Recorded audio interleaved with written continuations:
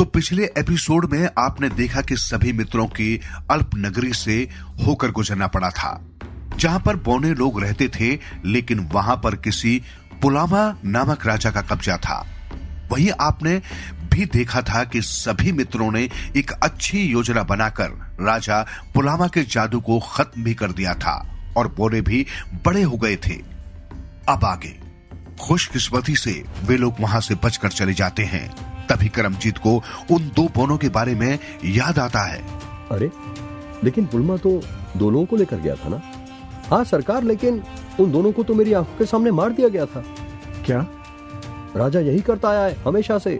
ये सुनकर करण और करमजीत अपना सिर झुका लेते हैं। वो अफसोस करते हैं कि तभी वहां पीछे से घायल पुलामा तलवार लेकर आ जाता है। छोड़ूंगा नहीं तुम सबको। बचो सब! दोनों में तलवारों से लड़ाई शुरू हो जाती है। तभी करमजीत पुलामा पर वार करता है और वो मारा जाता है।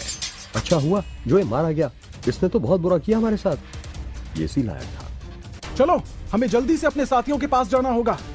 तो तीनों वापस अपनी जगह पर आ जाते हैं। सभी पौने अब सामान्य आकार में आ चुके थे और काफी खुश थे। चलो अब तुम सब खुशी खुशी रहो, आज से तुम्हें कोई परेशान नहीं करेगा। पुलमा से हम सभी को बचाने के लिए आप सभी का बहुत बहुत शुक्रिया। दरअसल जो मूर्ति राजा के उस कमरे में रखी थी उसमें ही जादू था, और मूर्ति के अंदर रहस्यमय स्त्री थी जो कि उनकी सहायता करती थी। और वो पौधे जो तुम लोग खाते थे वह वो स्त्री उत्पन्न करती थी, जिसके कारण तुम लोगों की ऐसी हालत बनी हुई थी। वो सभी लोग ये जानकर हैरान हो जाते हैं। अब जाने का वक्त हो गया है। वधिराज जी, कहाँ जाना है हमें? अब हमें मायापुरी जाना है। हम जंगल के रास्ते से ही होकर जाएंगे। नहीं मालिक, आप लोग उस रास्ते से मत जाइएगा, क्योंकि मायापुरी वहाँ से अत्यंत दूर पड़ जाएगा। मुझे एक पहाड़ से जाने का रास्ता पता है, मैं आपको बताता हूँ। और वो मिट्टी में छड़ी से एक नक्शा बनाकर उनको रास्ता बता देता है। वाह, तुम सब बहादुर होने के साथ साथ काफी बुद्धिमान भी हो। बहुत बहुत शुक्रिया आप सभी का। तो ठीक है, अब हम सभी चलते हैं। और अलविदा कहकर सभी लोग वहां से चले जाते हैं। उनको चलते चलते काफी देर हो चुकी थी। और कितना आगे जाना होगा? बस आ ही गया लगता है। इस बड़ी सी चट्टान को पार करना होगा। हाँ, अभी कर लेते हैं। चलो सब एक एक करके जाओ। तभी जैसे ही वो एक बड़ी चट्टान पार करते हैं, वहां स्वारा नाम की एक राजकुमारी एक सुंदर से घोड़े पर सवार होकर आती है। तुम सब कौन हो? राजकुमारी की जय हो। राजकुमारी, हम यहाँ किसी जादूगर का पता लगाने आए हैं। हमें एक जादूगर के ठिकाने का रास्ता पूछना है। कौन सा जादूगर? और सभी मित्र उस जादूगर के बारे में उस राजकुमारी को बताते हैं। क्या आप हमें कुछ बता सकती हैं उस जादूगर के बारे में?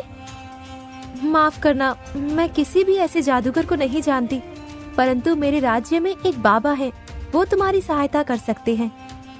अच्छा, तो क्या आप हमें उन तक ले जा सकती हैं? राजकुमारी स्वारा सुनहरी चिड़िया को बोलते हुए देखकर एकदम आश्चर्यचकित हो जाती है और मन ही मन कुछ सोचने लगती है। क्या हुआ राजकुमारी जी? नहीं नहीं, कुछ नहीं। जरूर प्यारी चिड़िया, आप सबको मेरे राज्य में चलना होगा। अच्छा ठीक है राजकुमारी जी। और सभी लोग उसके पीछे पीछे उसके महल में पहुंच जाते हैं। राजकुमारी को देखते ही उसकी 5 दासियां वहां आ जाती हैं। इन सभी का खास ख्याल रखा जाए, क्योंकि हमारा महल अभी खतरे में है, इसीलिए इनकी रक्षा का विशेष ध्यान रखा जाए। महल खतरे में है? मतलब? असल में हमारे महल पर हमेशा किसी न किसी दूसरे राजा की नजर रहती थी, इसलिए हमें हर पल सावधान रहना पड़ता है। ओह अच्छा। हाँ, आप सभी लोग ज्यादा बाहर मत निकलिएगा। ये कक्ष सुरक्षित है, इसी में रहिएगा। आपको जो भी चाहिए होगा मैं भिजवा दूंगी। अच्छा, आपका बहुत बहुत शुक्रिया राजकुमारी जी। हमें जल्दी उस बाबा से मिलवा दीजिएगा। हाँ हाँ, क्यों नहीं। पहले थोड़ा भोजन और आराम तो कर लीजिए। हाँ करमजीत, सही कह रही है राजकुमारी जी। राजकुमारी वहां से चली जाती है और कक्ष के बाहर कई सारी दासियां और सैनिकों को खड़ा कर देती है। तभी थोड़ी देर बाद अचानक से महल में अफरा तफरी मच जाती है। अरे ये क्या हो रहा है? भागो जल्दी, यहाँ राजा चक्रवीर के सैनिकों ने हमला कर दिया है। भागो। सभी मित्र बाहर जाते हैं, लेकिन तब तक सैनिक अपना काम करके वापस लौट चुके थे। बाहर स्वारा और उसकी बड़ी बहन सौतेली बहन मालती अपने पिता के शव के सामने रो रही थी। अरे, आपके पिताजी की हत्या किसने कर दी राजकुमारी? राजा चक्रवीर ने किया है ये सब। वो मुझसे जबरदस्ती शादी करना चाहता है, परंतु हम नहीं करना चाहते, बस इसीलिए वो ऐसा कर रहा है। आप चिंता ना करें राजकुमारी जी, हम आपकी सहायता करेंगे। अच्छा नहीं किया चक्रवीर ने। हाँ, बहुत ही दुष्ट राजा है। हमने एक उपाय सोचा है। तो बताइए राजकुमारी। तो उपाय ये है कि हम राजा चक्रवीर से विवाह करेंगे और उसके महल में जाएंगे। बस आप लोग, उसके खास लोग, पुरी, गोपू और सेनापति मल को बंधक बनाकर किसी कक्ष में रखिएगा। ठीक है, हम सब समझ गए हैं। राजा चक्रवीर को उनके किए की सजा जरूर मिलेगी। तो मैं और करण अंदर जाएंगे और अपनी शक्तियों को इस्तेमाल करके उन सभी को बंधक बना लेंगे। वहीं मेरे सैनिक और आपके मित्र आकर राजा चक्रवीर के महल पर हमला करेंगे और तब तक मैं राजा का ध्यान भटकाऊंगी। ठीक है राजकुमारी जी।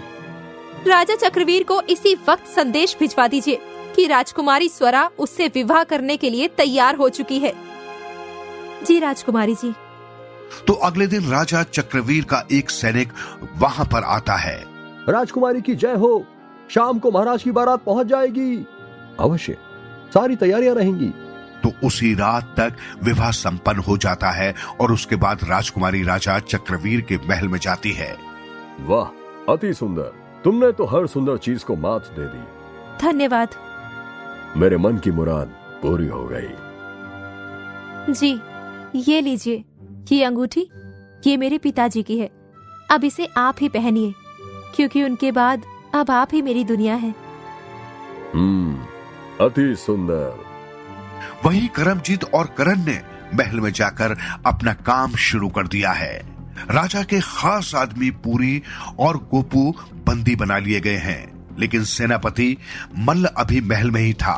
तभी करमजीत उसके पास जाता है। तुम कौन हो? महल में क्या कर रहे हो? मैं राजकुमारी जी का दास हूँ, वो मुझे अपने साथ लाई हैं। क्या आप राजकुमारी जी को बुला देंगे? कुछ जरूरी कार्य था। नहीं, अभी सही समय नहीं है, तुम जाकर विश्राम करो। करमजीत उसे बातों में उलझाकर रखता है और तभी पीछे से बदिराज आता है और उसकी गर्दन पर वार करके उसे बेहोश कर देता है। और पूरी गोपू के साथ मल्ल को भी बंदी बना लिया जाता है। यहाँ का सारा काम हो चुका है?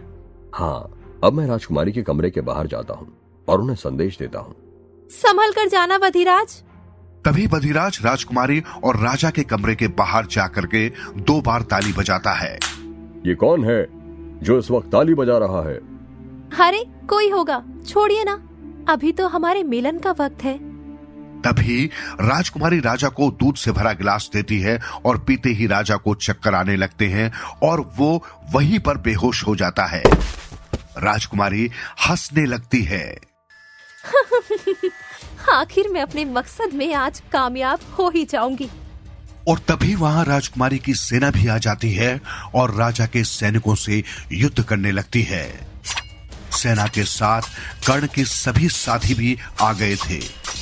वही दोनों की सेना में खूब घमासान युद्ध हो रहा है। तो कुछ देर बाद राजकुमारी कर्ण के सारे मित्रों के पास पहुंचती है। देखिए राजकुमारी, आपका कार्य अच्छे से हो गया है। हाँ, बहुत अच्छा किया तुम सबने।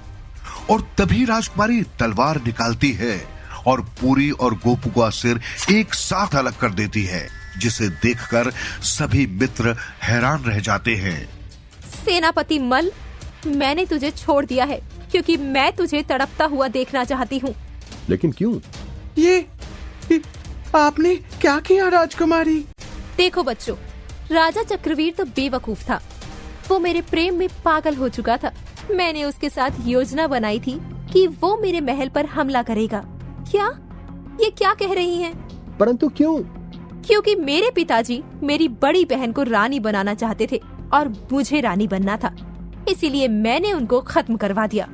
क्योंकि मैं राजा से प्यार नहीं करती थी, इसीलिए मेरा काम हो जाने के बाद उसे भी मरना आवश्यक था और मैंने उसे जहर दे दिया ताकि सिर्फ मेरा राज्य आगे बढ़े। यकीन नहीं होता, आप ऐसा भी कर सकती हैं? इतनी भोली शक्ल और इतनी खौफनाक सोच। और तभी सभी मित्रों को राजकुमारी के पीछे से आकर बंदी बना लेती है और रस्सी से बांध देते हैं। ऐसा मत करिए राजकुमारी। हमें जाने दीजिए राजकुमारी। तभी वहां पर एक बाबा आ जाता है। आपका बहुत बहुत शुक्रिया बाबा जी। ये हैं बाबा। इन्होंने मुझे बताया था कि ये लोग मेरी सहायता कर सकते हैं। ये आप अच्छा नहीं कर रही। आप तो हमें किसी बाबा से मिलवाने वाली थी ना। झूठ था वो सब। दरअसल बाबा जी ने ही भविष्यवाणी की हुई थी कि मित्रों की कोई टोली जिसके पास एक नीली सुनहरी चिड़िया होगी वो मेरी सहायता करेंगे। इन्हें ले जाओ और दूसरे कमरे में बंद कर दो।